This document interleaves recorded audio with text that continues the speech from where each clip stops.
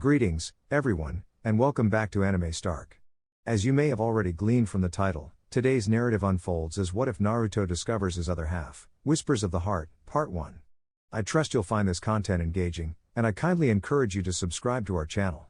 Don't forget to activate the notification bell, ensuring you won't miss any subsequent episodes.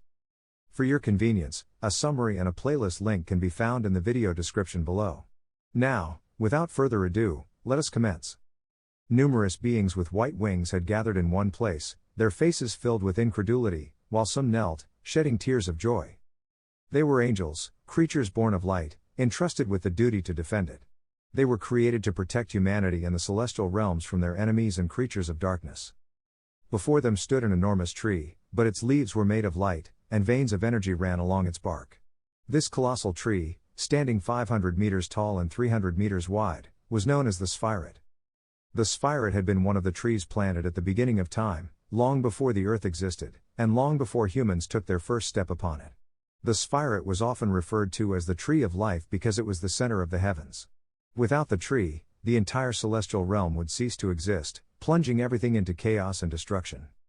The Sphiret had been planted by Elohim, a young and pure God who was the creator of the heavens and humans. He entrusted his angelic children with the task of safeguarding his most precious creation, humanity. Elohim had grown fond of humanity, watching them progress, endure failures, and emerge stronger each time. The Sphiret had given birth to the first angelic being, and Elohim had been amazed. He named this creation Luzbel, his most cherished and beloved child. As eons passed, the Sphiret continued to create more angelic beings, as Elohim had named them. However, something gnawed at Luzbel's mind. Envy. Luzbel envied his father, he wanted to be like him. For countless ages, he followed his father's footsteps, and now it was his turn to rule over the heavens, to sit upon the celestial throne. Luzbel gathered 1/3 of the angelic fleet, composed of 666 legions of angelic beings, and rebelled against his father. The heavens were filled with strife and turmoil as both sides clashed.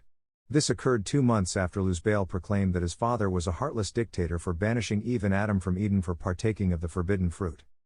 The fierce battle was short but bloody.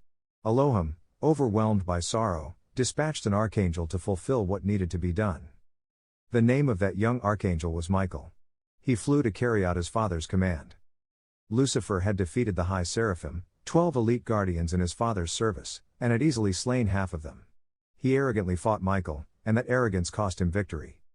Michael had triumphed over the head of the rebellion, bending the first traitor of the light to his will. Although the battle had been grueling, and the traitor had tested the angelic's resolve many times, Michael stood firm and achieved victory. The rebels were subdued, many perished, leaving fewer than 120 angelic beings alive, including Luzbel, Beelzebub, and Leviathan, the first 3 angels to fall from the grace of the light. Elohim had rewarded Michael by naming him a celestial prince, the highest rank among the seraphim, a title held only by 5 others apart from him. Michael had become the 6th celestial prince. From then on, Michael was known as the right hand of God. Luzbel, on the other hand, was condemned to exile from heaven. His weapons, armor, and rank were stripped away, and his angelic wings were torn from him and cast into the fire, a symbol that he could never regain them. Because the Sphiret tree only produced angelic beings when the entire heavenly realm was in complete harmony, Elohim established a system. Under this system, the first angels were appointed by the first celestial prince, named Imperius. With the lingering threat of Lucifer, the heavens created a hierarchy of 9 classes and 3 circles of power and authority. The first class consisted of the highest-ranking angelic beings, the seraphim, cherubim, and thrones. The second class comprised the middle-ranking dominions, virtues, and powers. The third hierarchy included the principalities, archangels, and angels, who regularly descended to guide and whisper words of encouragement to humanity. Even when the heavens divided, there was never any discrimination. All were loved equally and helped one another. However, those in the third circle were prohibited from ascending to the 5th, 6th, and 7th floors without authorization, primarily for their safety, as the thrones, cherubim, and seraphim exuded auras that could unintentionally harm them due to their colossal powers. Elohim couldn't bring himself to execute his beloved son, knowing he couldn't bear it. Many of his children had already perished, and he no longer wished to shed blood in heaven. Luzbel renamed himself Lucifer, and together with his exiled brethren, they seized a portion of the underworld from Hades, the Greek god of the underworld, who was not pleased with their actions. They formed their own empire, always in the shadow of the high heavens and its majesty. Lucifer and his siblings intermingled their blood with the daughters of Lilith, the succubi. Lilith was Adam's first wife, who had tired of always being beneath him during intercourse. She had fled to the Red Sea, where she had relations with beasts from the abyss for many millennia. Lilith came to be known as the mother of all demons. From her lineage came vampires, incubi, and succubi, among other creatures born of the darkness within the human heart. Elohim had punished Lilith to spend eternity giving birth and transformed her into a demon in her own image and likeness. It was said that Lilith's true form was a greasy caterpillar, with bits of human flesh between her rotten teeth, blackened gums, oily black hair falling on her head, and a foul stench of sulfur and feces. Every 2 seconds, she gave birth, screaming in pain. Adam, too, was punished, with his lower ribs removed to create Eve, a gift to equalize the sexes and prevent the denigration of women. They lived in Eden until they were banished for eating the forbidden fruit. Gradually, the angelic beings of the Sephiroth perished in the 2 subsequent wars, including Elohim, who gave his life in the third war. Angels replaced the angelic beings, and only a few knew the true history of the heavenly realm. The celestial princes maintained their father's system but were unable to create new angels. Suddenly, a wave of energy struck, causing all present angels to be pushed back. "What's happening?" exclaimed a newcomer, while a nearby angel observed. The newcomer was a blond man with blue eyes, smooth and delicate skin, 6 pairs of wings sprouting from his back, and a golden ring adorned with precious stones above his head.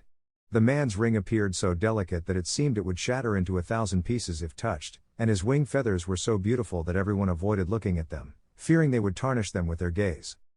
"Brother Michael, after many eons, the Sephiroth is performing the light song," one of them said, and the man's eyes filled with tears of hope. The man fell to his knees, witnessing the tree's brilliance. He saw a glimmer of light at the end of many years of darkness.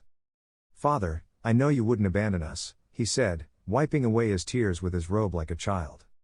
Only a few dozen could enter the 7th heaven where the Sephiroth and Elohim system were located. They were all cherubim and thrones from the earliest days of humanity. After a moment, Michael was the first to regain his composure. He used his wings to take a powerful leap and appeared at the base of the tree. The angels rushed toward their brother, their silence echoing.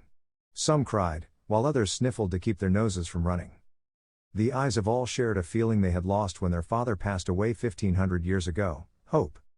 They held on to the hope of a better future, one where the heavens would return to their former glory. A future where they could laugh and dance alongside their brothers, filled with joy as they had been eons ago. They knew it would be challenging, but what kind of challenge would it be if it were not so? In Michael's arms, there was a small child. His hair seemed to be made of pure gold, his skin like peaches and cream. The child's eyes were closed, his gentle breaths indicating that he was asleep. He was dressed in a bright orange robe. In another place, total darkness reigned, but it soon changed. A computer powered on, and lines of code and Hebrew letters scrolled down its screen. Inside a metal capsule, lights illuminated the interior, revealing a girl with pink hair. Her eyes were closed, and bubbles formed in the capsule, seemingly not bothering the girl. Beep, beep, beep. The camera started beeping as green liquid began to drain. The girl opened her eyes, revealing them to be green as emeralds, with swirling circles within her pupils. Flush. The camera released gas as the door opened slowly. The girl took a step, then another, stepping out of the chamber completely naked.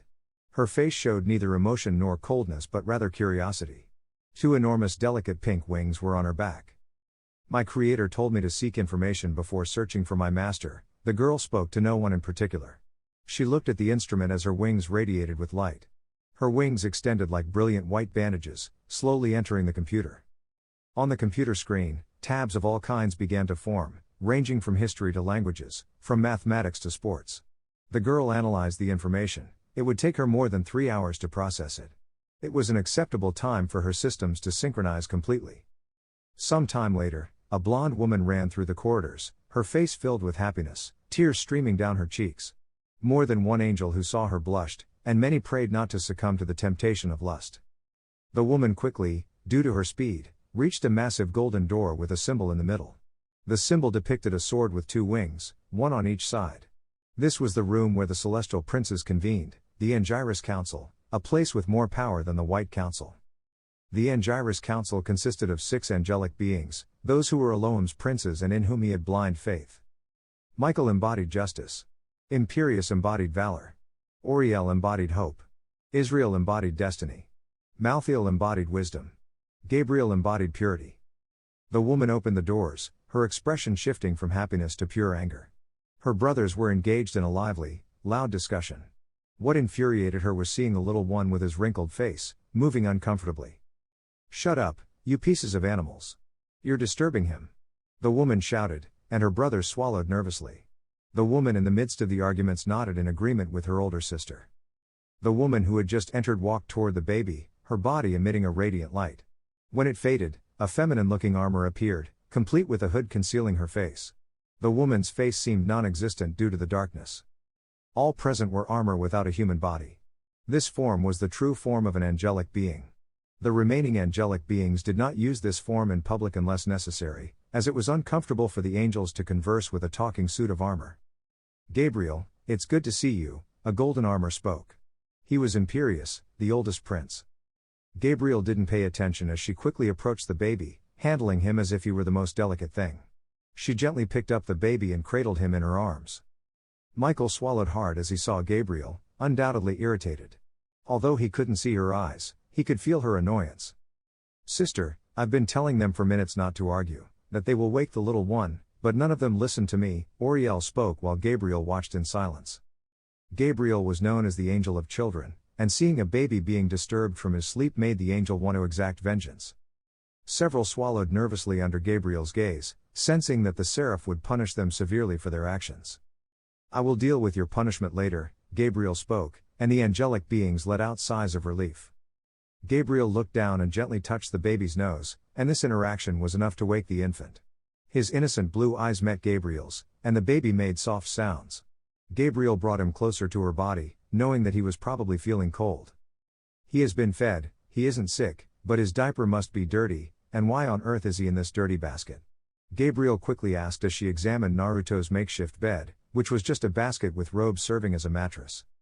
"Please calm down," Israel spoke while Gabriel stopped bombarding them with questions. "I ordered a room to be constructed for him, but it hasn't been built yet, nor should he have a dirty diaper," Michael said calmly, and Gabriel nodded. "He won't have a room, he will live with me, and that is not up for discussion. Naruto-chan needs his One-Sama's warmth to grow up healthy," Gabriel stated firmly, and they all looked at her. "But," a black armored figure spoke, looking at Gabriel. He was Malthiel, the angel of death. "I said, no discussions," Gabriel growled with a deep voice while extending her wings. They all quickly nodded in agreement. They watched as Gabriel walked out of the room, humming a gentle lullaby to the baby. When the seraph left the room, the men sighed in relief, and the woman chuckled. Gabriel could be the sweetest of the seraph, but when she set her mind to it, she could strike terror into all of them. "What should we do?" Malthiel asked, looking at his brothers. "We'll have a celebration. After thousands of years, one of our own has been born."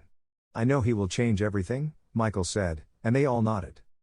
"The destiny of that little one will be fraught with challenges. I've seen it. We must guide him on the right path, or he will be the embodiment of ruin," Israel spoke, and they raised their eyebrows. "What did you see, brother?" Malthiel asked, and Israel sighed. "I've seen two futures, one filled with chaos and another with peace. It depends on the choices we make, and that will dictate the future. However, both are filled with powerful enemies," Israel explained, and they all nodded. Council Chamber. The eldest of angels had convened at the Angiris Council, summoned by Gabriel and Malthiel for what appeared to be an urgent matter. Michael presided over the entire gathering, with Metatron and Imperius seated by his side in a calm demeanor.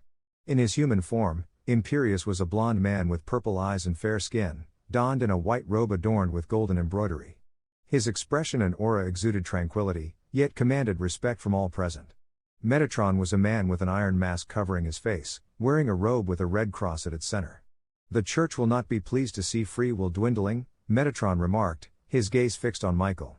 "We wish to see the new angelic," a member of the council spoke, while Michael shook his head. "Does anyone want to take a cub from a lioness?" Michael calmly inquired, leaving many in the assembly puzzled. More than one widened their eyes in horror upon realizing Michael's analogy. To seat a human as if he were a saint. Imperius scoffed as he observed the live broadcast of a mass taking place in the Vatican through a magical circle. "Peter would undoubtedly be foaming at the mouth," Auriel commented, and several others nodded in agreement.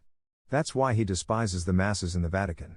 The words of God dictate humility, yet that Pope sits on a chair made of gold, wears garments of pure silk embroidered in gold, and sleeps in a bed with silk sheets, Raphael expressed with disgust as he watched the human.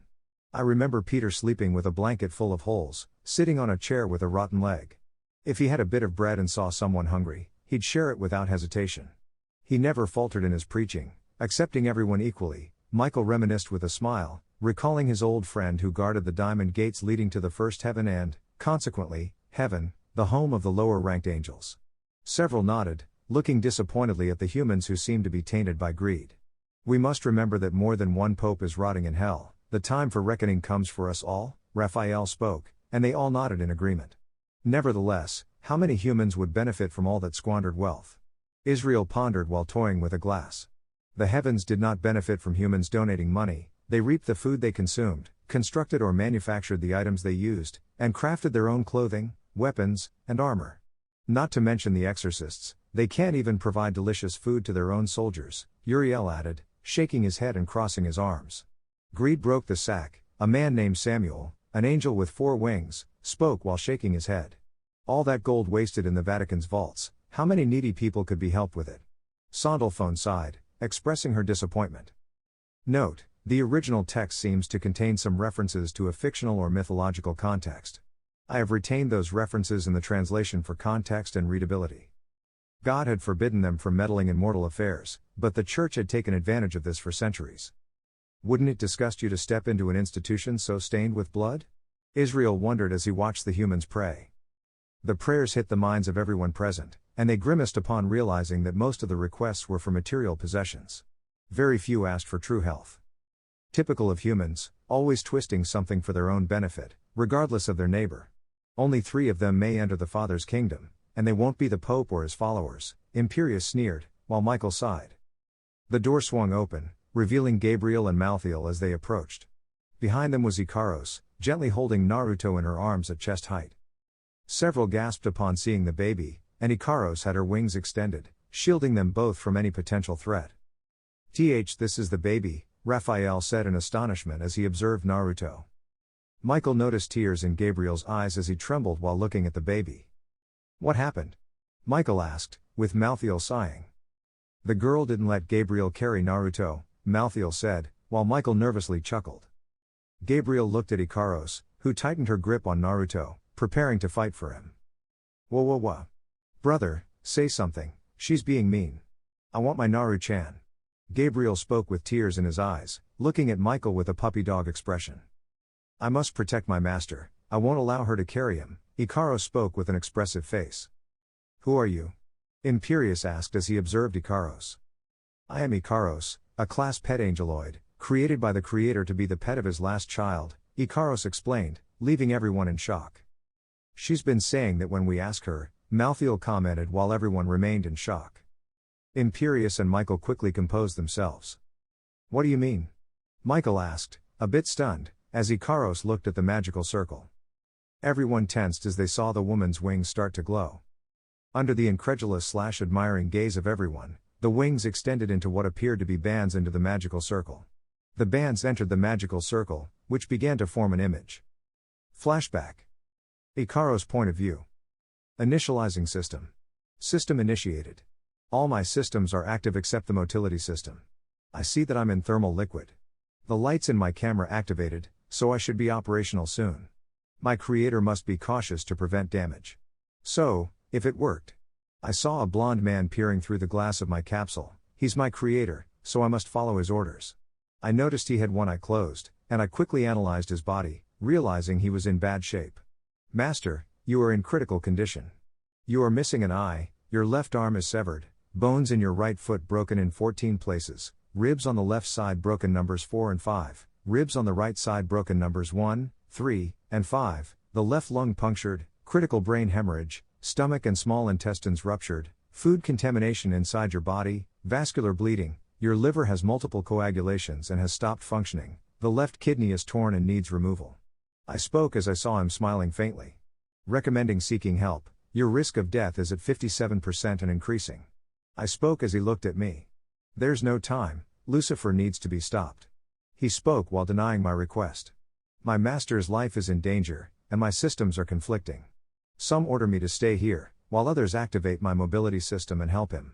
Your name is Ikaros, you are a class pet angeloid. My creator spoke, and my memory quickly stored all the information.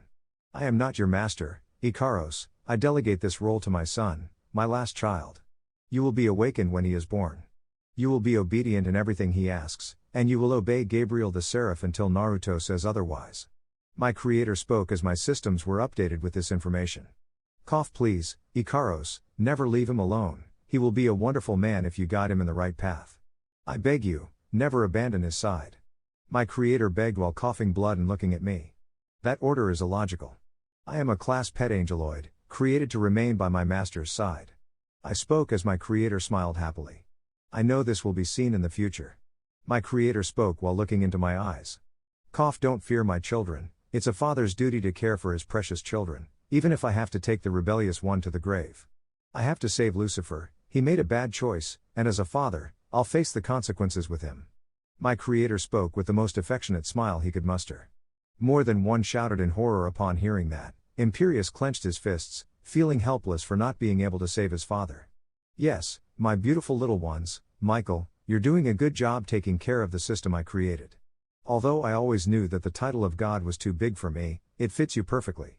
You bear all the burdens alone and without complaint, always looking at the positive side. My creator smiled while scratching his cheek with his index finger. Michael lowered his gaze as he cried like a little child, never thinking he would hear a good job from his father. Raphael, stop bothering Oriel and Sondalphone every chance you get. Last time, they couldn't sleep alone for 1,000 years. My creator spoke in a sigh while shaking his head. Raphael lowered his head in embarrassment, but he felt really good that his father scolded him. Without realizing it, he began to sob, letting out a small and almost inaudible yes, Father.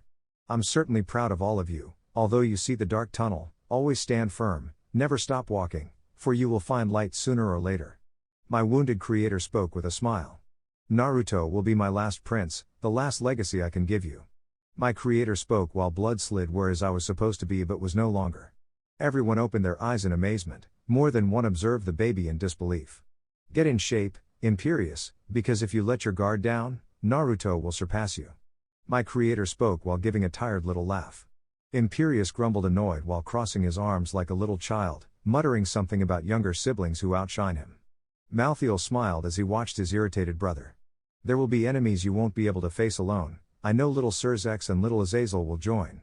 It's time for peace to be formed, there have been many eons of war. It will be hard, but I know you can do it. I trust you because, after all, you are my children. My creator spoke with a genuinely affectionate smile. Michael, even with his sadness, puffed his chest with pride. He was making plans to meet with Azazel and Surzex. You must learn to forgive, there will be future enemies who can be redeemed, few but powerful allies in the future. Although there is someone who saddens me not to be able to meet. My creator spoke, making some confused. Who was it?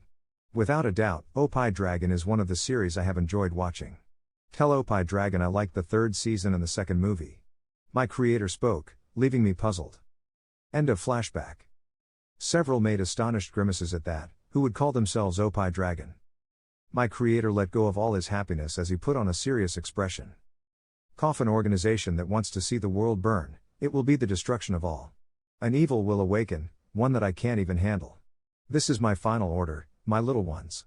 My creator spoke seriously while coughing blood. Protect the humans. Even if I'm dead, someone must protect them. Michael, it's not just you who should bear the weight of the world on your shoulders. My other princes want to share your burden, but you don't let them.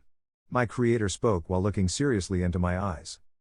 When my last prince grows up, the heavens will begin to shine in their former glory. My creator spoke while sighing. It's time for my departure, my children. I know you will do the right thing, I'm sure of it. Remember to eat all your vegetables, brush your teeth 3 times a day, once for each meal, and make lots of friends. My creator spoke while looking at me, tears flowing from his single eye. Ikaros will teach you about love, happiness, and many other emotions, my little one. I created you in the image and likeness of the angels. Sleep during these years, when you wake up, you can follow Naruto. My creator spoke as he typed on a computer. Forcing shutdown. System shutting down. I saw everything go dark as my creator's chest lit up with a bright white light. End of POV. Present time. The entire room fell into complete silence after the video was shown. No one dared to say anything. Ikaros knew she had another video, but that one was created only for her master. Michael clenched his fists as a white liquid fell from between his fingers, dripping onto the floor. That liquid was liquid light, the blood of the angelic beings, as they were beings of light and sound. The blood of an angelic being was the most concentrated poison for a demon, as it was their worst enemy turned into liquid. What do we do? Gabriel broke the silence while smiling with tears in his eyes. You heard, Father, we must form bonds with demons and the fallen. Oriel spoke while crossing her arms. But, one of the White Council members shouted at that absurd idea. It's time for peace, my brothers, Imperius sighed as they all looked at him. Eons have passed since the war began. This war has only left losses, painful casualties like Father. They have suffered as well, Israel spoke, sighing. Father didn't want to shed blood, but he couldn't bear to see humans enslaved by anyone. Demons are no longer the enemy of humans, they have a good leader. Being beings of the shadows doesn't make them evil. Michael spoke, and they nodded. What do we do with him? Samuel pointed to Naruto. He will undoubtedly alert the demons, as they will assume that heaven is once again forming angels. He is the last of ours and the youngest prince. The fallen will try to tempt him. Gabriel spoke with a little snort, remembering his younger and perverted brother. He will be kept in silence, only those in this room and a few others will know the truth. Even the saints are prohibited from knowing. Only those who have their trust will be able to know. My brothers have sworn not to say anything to anyone, Michael spoke as they nodded. None wanted to see their little brother kidnapped. If that were to happen, they would still stain the war. He will be treated as a father's prince and will be given a seat on the Angiras Council when he grows up. His voice will have the same relevance as ours. He will be the one to make heaven shine again, and we will put the stones on his path. We will teach him the values and beliefs he must have. Brothers, this will be our toughest test. The fate of heaven depends on our decisions. Michael spoke as they nodded confidently. Imperius was already planning Naruto's training. What will his weapon be, a bow, a sword, or a lance? The last option made the older prince smile. Gabriel whimpered as Ikaros refused to let him carry Naruto. Brother. Ikaros is being mean, Gabriel spoke like a little girl while stomping her foot. Ikaros didn't know why, but she didn't want Gabriel to carry her master. The mere idea caused an imbalance in her reactor. 6 years later. Naruto was trembling with his eyes closed. His skin was pale, and his lips were purple, indicating that he was about to suffer hypothermia. Beside him was Imperius, who was shirtless and only wearing sports shorts. On the angel's chest were scars and wounds from all sorts of weapons, including some that looked like animal bites. Keep away the cold, Naruto. In a fight, you must be able to think clearly even if it's below 0 degrees. Imperius spoke with his eyes closed as Naruto nodded. I'll try, but it's so cold, Naruto spoke while trembling, and Imperius nodded. Even if it's cold, you must fight. Cold is only a weakness of the body. Defeat the cold, Naruto. Imperius spoke while Naruto squeezed his eyes shut. Naruto felt like his arms would fall off at any moment, but he slowly began to relax his mind. Imperius smiled as he saw his brother create a small layer of holy energy around himself. Even low-class demons would mock his power, but one had to start somewhere. You weren't born knowing how to run. Minutes later.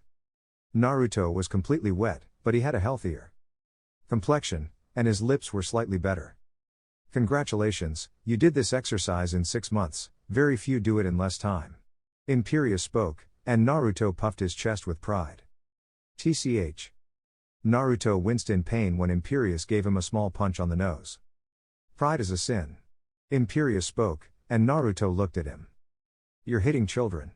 Naruto spoke with sarcasm in his voice. I'm not hitting you, I'm correcting you. Imperius spoke with a smile while Naruto huffed.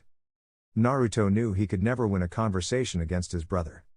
Detected a low body temperature in the master's body. Plash. The voice sounded before a sound of something falling.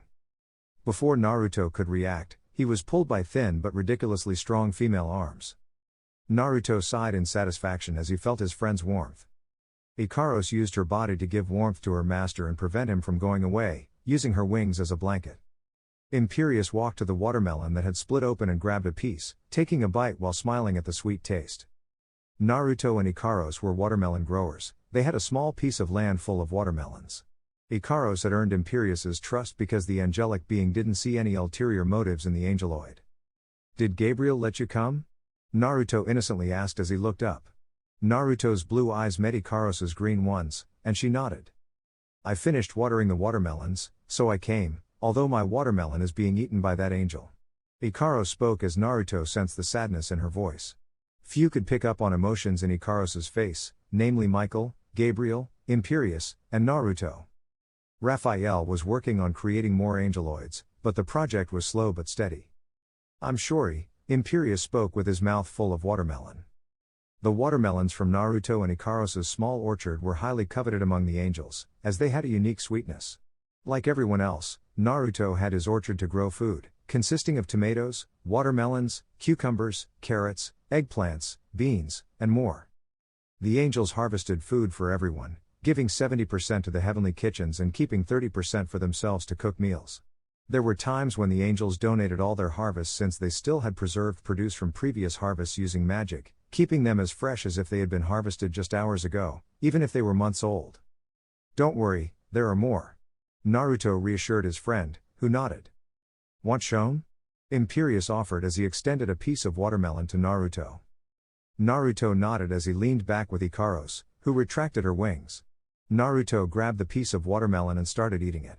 Naruto didn't know where he had picked up the habit of always having a watermelon in his arms, nor did he want to ask, as he felt he would embarrass himself.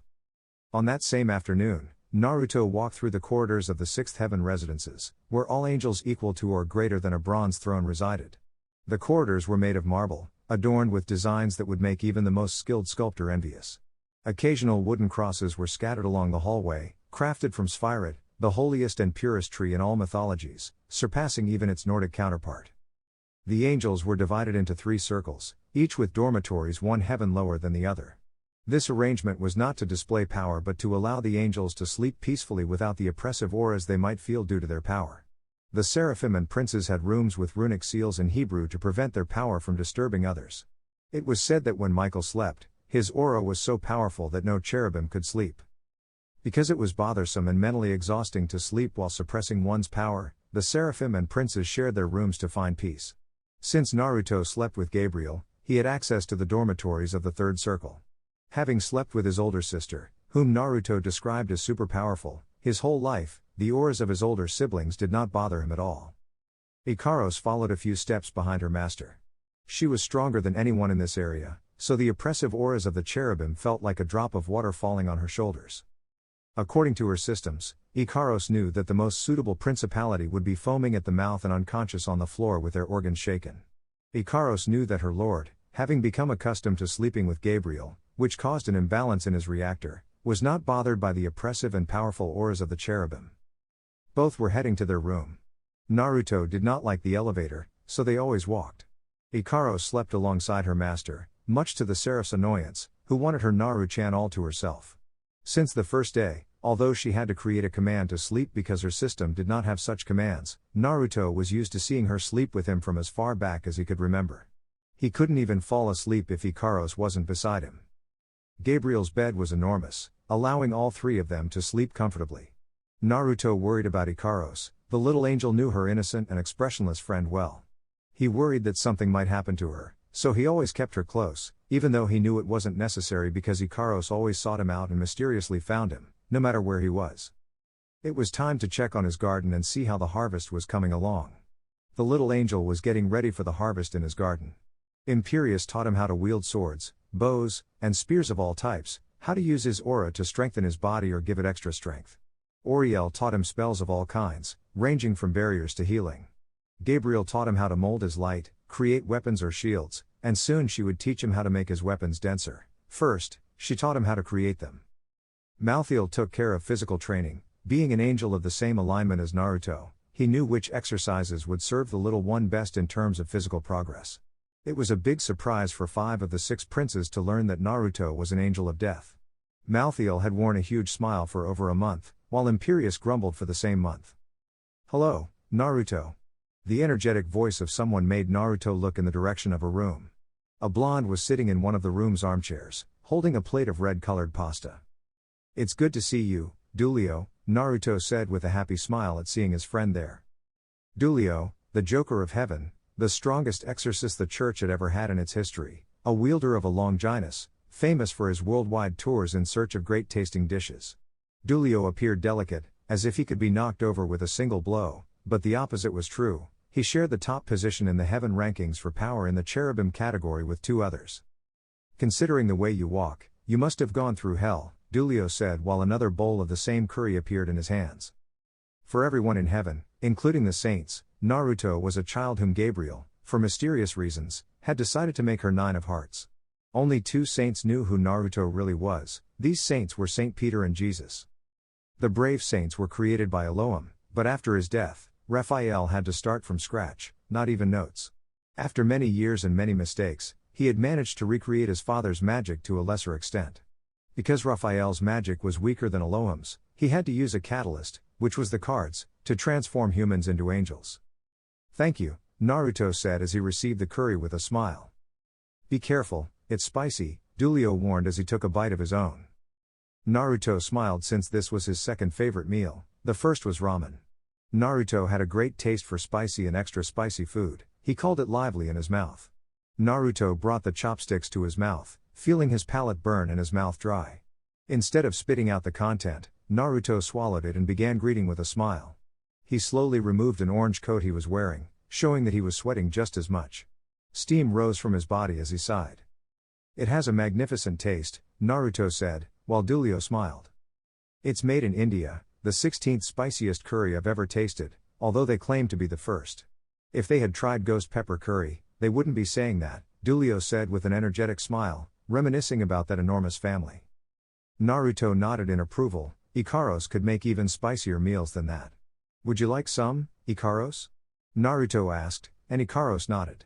Naruto slowly brought the chopsticks with curry to Ikaros' mouth.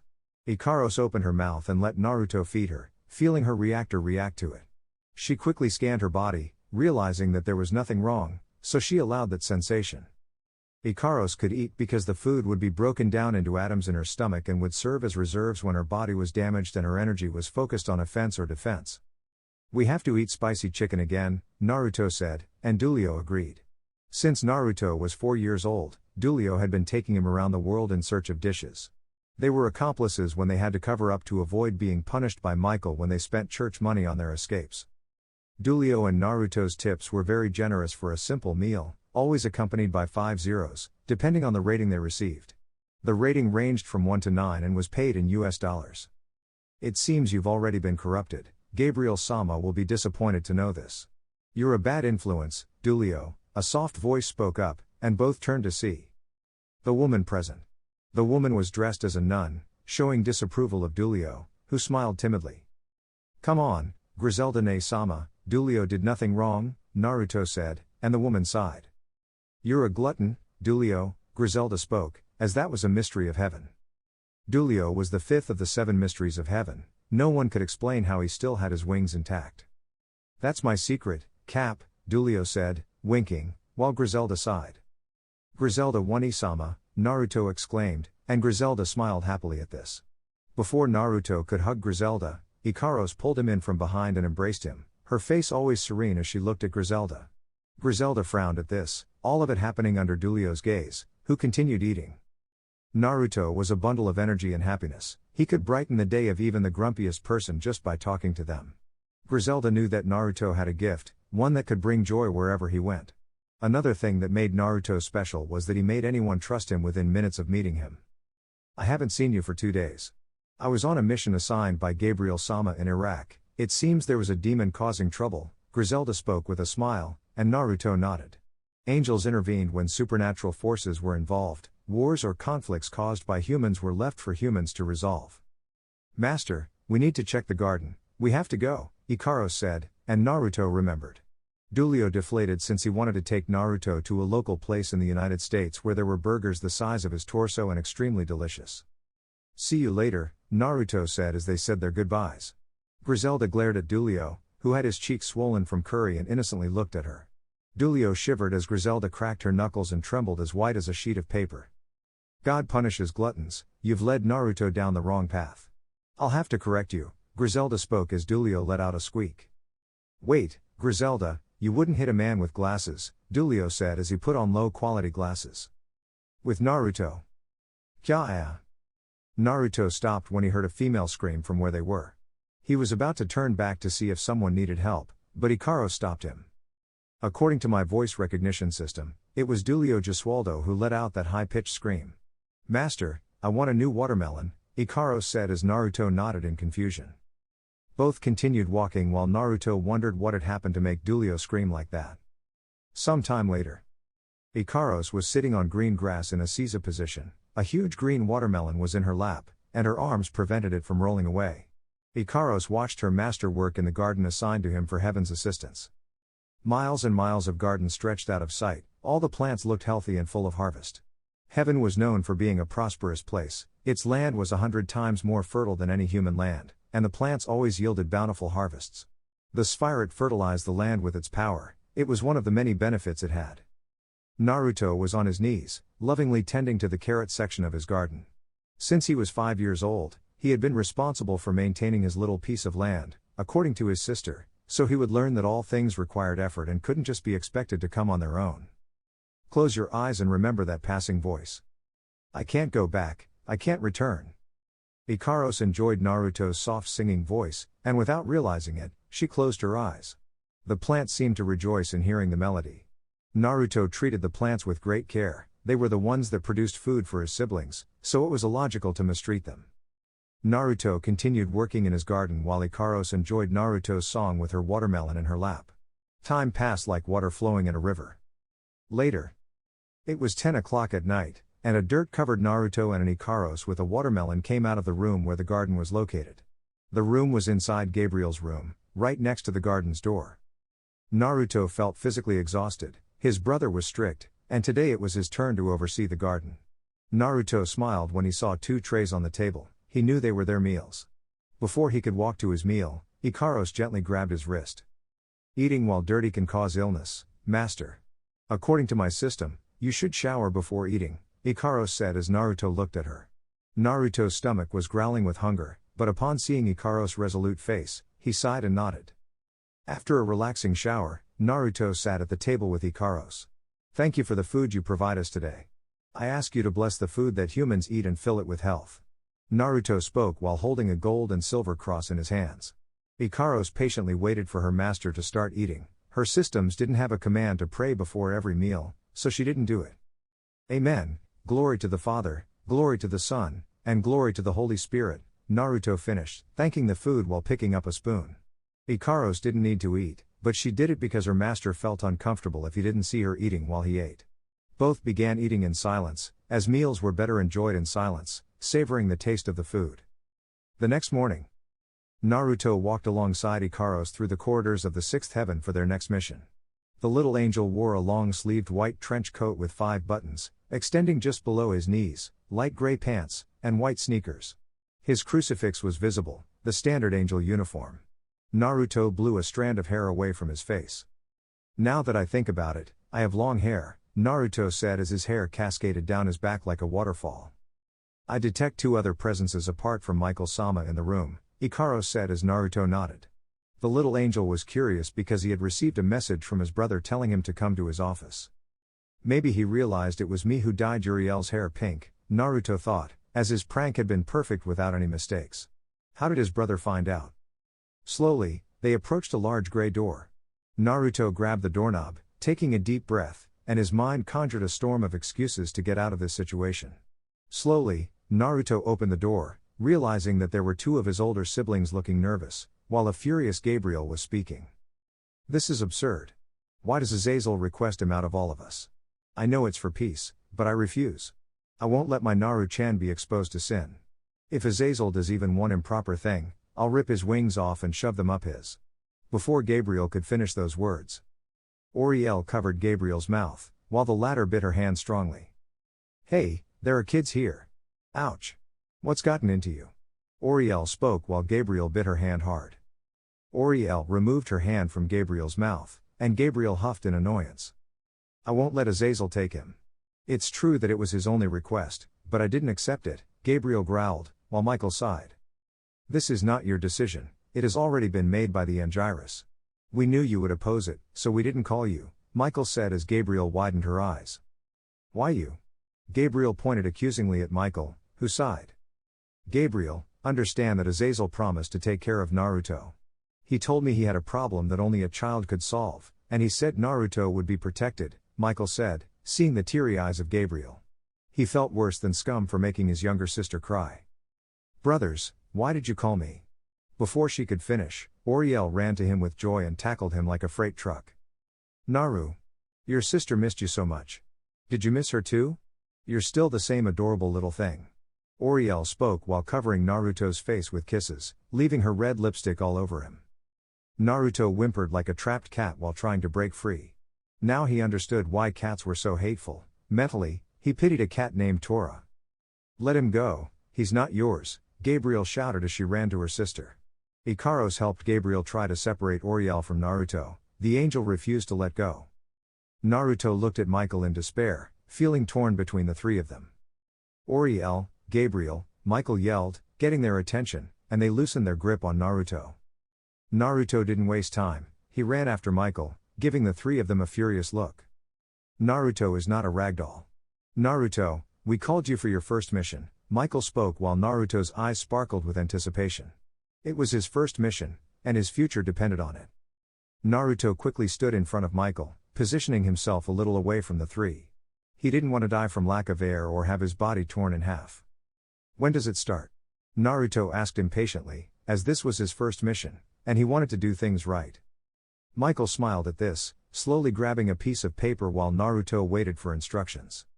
Azazel, the leader of the fallen angels, has given us a condition to establish peace negotiations with heaven. He has asked you to go and stay in Grigory for a month. He informed us that it's not heavy work or anything like that, it's simply your help with something even he can't solve. Michael spoke as Naruto widened his eyes. Naruto didn't know what to think. Why would the leader of the fallen angels want to see him? Very well, I understand the mission, Naruto said, as even though he had doubts, he knew his mission was clear, go and help Azazel with a certain matter. Your mission begins in 2 hours. He has allowed us to bring an escort, so Ikaros will go with you. Good luck, Naruto, and may God bless your path, Michael said, while Naruto nodded. Naruto turned on his heels and walked towards the exit, under the gaze of the other two. As Naruto passed by, Ikaros followed a few steps behind, her gaze serene and calm.